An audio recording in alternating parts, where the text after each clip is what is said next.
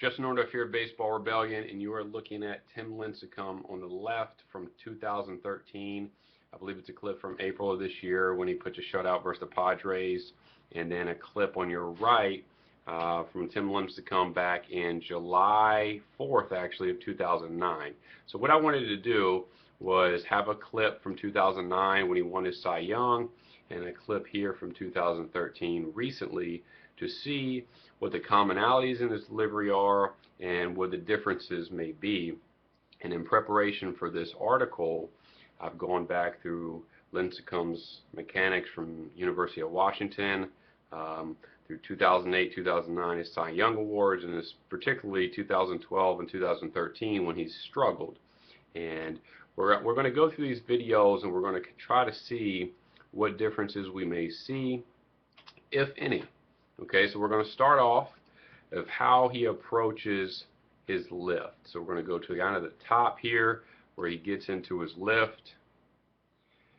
There. So the biggest thing to note right away is when I look at the clip on the left here, I can see a lot more of Tim Lincecum's face than I can here on the right. Now his hair is shorter here on the left than it is here on the right, but one thing that is also visible is I can almost, the Giants, okay, I can almost read it clear as day. It's like looking at me. Here it's more of an angle. So his shoulders here in the 2013 clip are clearly more rotated than they are over here at 2009. So he's doing a much better job of keeping his shoulders aligned with home plate as he comes up into his lift. Alright, the next thing to notice is his knee position is relatively similar, but if you start looking at his foot here is more towards center field, as his foot here would be more towards shortstop. And that becomes even more clear as he kicks out of it. You can see where his foot goes, here when he kicks out.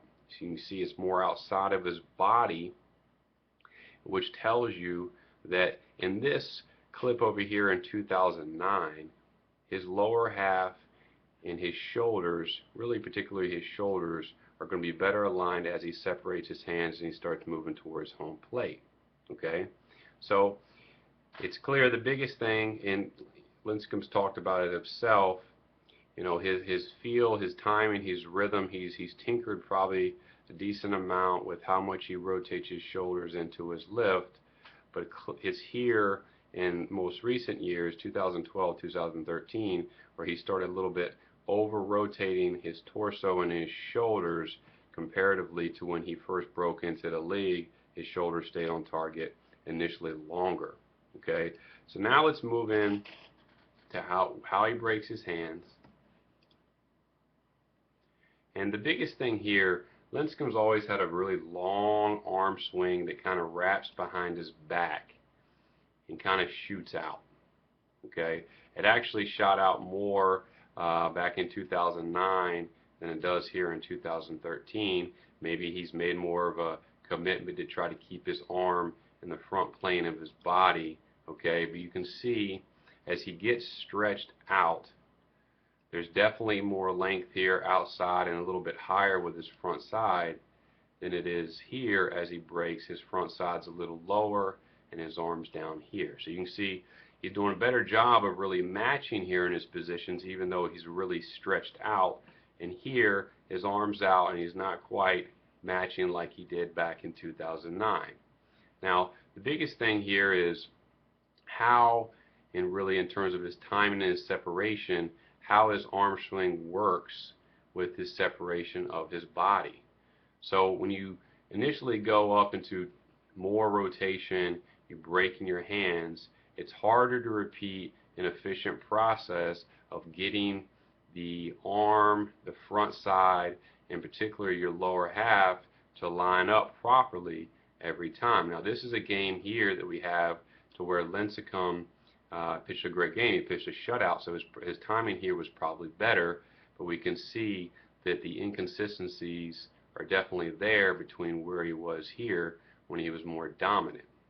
Now, one thing that he's always done that I've found from the time that he was young all the way until now is if we really look at his back heel going forward, okay, we can see, backtrack this here, we can definitely see where his heel is in terms of where his stride becomes, that he has always landed closed off with his stride.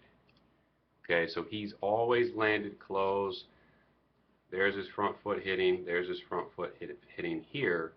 And if you look at where the heel came up from here and here, you can see that he's landed almost a foot closed in both clips. And this makes him go into tons of thoracic extension here, which he already does naturally, but since he is so closed, this becomes over exaggerated, and you can see how much bend in his lower back he gets. Now, one of the things that you'll learn from the article here is over here in 2009, his arm was quicker, and he's more prone, and it's easier for him to kind of get back centered towards home plate because the amount of arm speed he's able to generate. Here, he's not throwing as hard. He doesn't have as much arm speed, and there's where the inconsistency will arise in terms of the release point out front. Okay, but his stride has always been closed. He's always been able to kind of right at foot strike, kind of get matched up, but it's how quickly he can get his arm and his torso downwards toward home plate to generate his force. And you know, in terms of consistency, he was able to get away with it here back in 2009, and now the inconsistency and the lack of command is showing up in 2013 due to a closed off stride and a little inconsistent timing. Okay, so just to recap, the biggest difference in terms of 2009 and 2013 honestly was just some over rotation early, which affects how he breaks his hand, how his leg shoots out, and his shoulder and his direction towards home plate. He's always landed closed, but now because his arm's not quite as quick, it's harder for him to make up for it at the end.